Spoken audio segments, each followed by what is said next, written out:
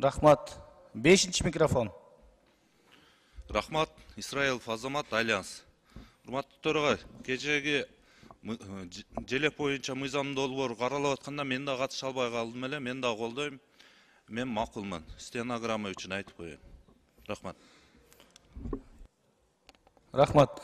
6-ші микрофон. Саламатсыздарбы? Рахмат. Бизден топтун 10 мүнөтүн берип коесуз депутат Коргонбайұлы Жусупка. Рахмат.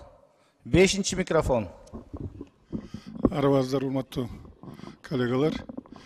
Кечеде туу боюнча каратканда мен жок элем. Анан менин кнопкам басылбай калыптыр.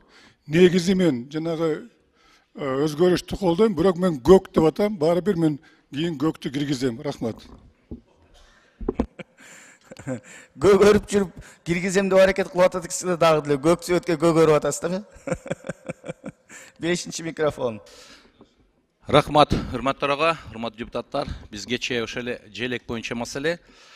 Бул жерде дош бергенде экинчи окууда мен дош бердим, үчүнчү окуга келгенде компьютерибиз иштебей калып, ошондуктан бул жакта шайлоо катышпады деп чыгып калыптыр. Ошондуктан мен айтып коеюн, ал жерде компьютерим иштебей калды. Мен толугу менен үчүнчү окууда колдойм. Ошондуктан экинчи жана үчүнчү окууда колдойм мен бул мыйзамды. Рахмат.